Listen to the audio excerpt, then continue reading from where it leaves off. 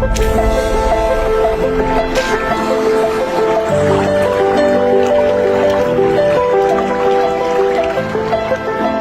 are experiments to show how water does not respond the same way to every person who approaches it.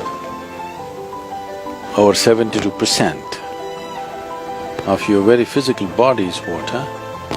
If the water doesn't behave well with you, you are done.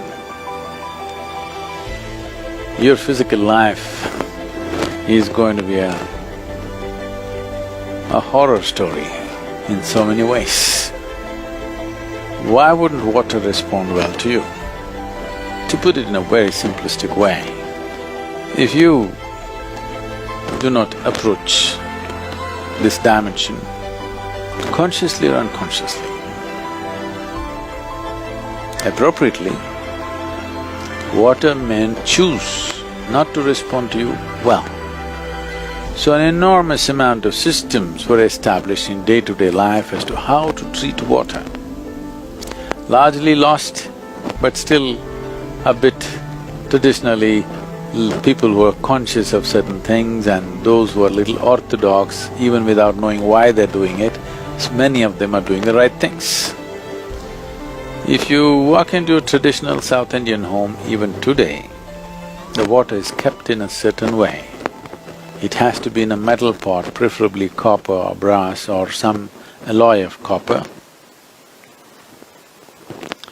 And you will see they will keep a lamp, they will have sacred ash smeared on it, a flower on top of it. Of course, many people have shifted to plastic bottles and plastic purifier machines. Otherwise, in the night, with a little tamarind and turmeric, the vessel is washed, not with soap, and then water is filled up and they put a flower on it, they light a lamp in the night and go to bed, and next day morning they will drink from that. This water is going to behave wonderfully within you. So I'm saying if you handle water, almost everything that people call as normal life is generally handled. The agility of the body, the agility of your intelligence largely depends on water. But now, you're pumping water through your pipelines from your local waterworks or whatever you call it. They say, if the water is going through, let's say 50 bends, pumped forcefully, and then it drops out of your tap,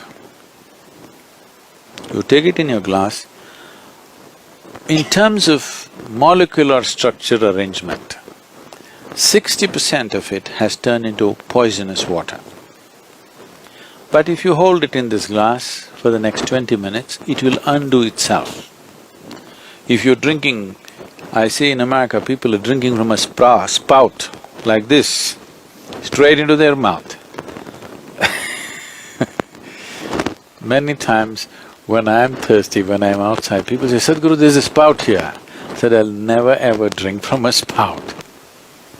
In the East, always, the best way to drink water is with your own hands, not even in a tumbler.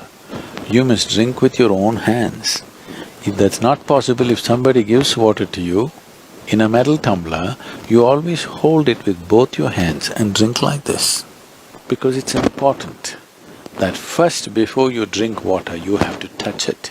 Allow that much time and then drink it, then it behaves differently. And this may sound like what to say, some mumbo-jumbo story. Well, some people come to senses only after suffering comes. Why some? Most people. After things go bad, well, you could have told me, I would have loved water.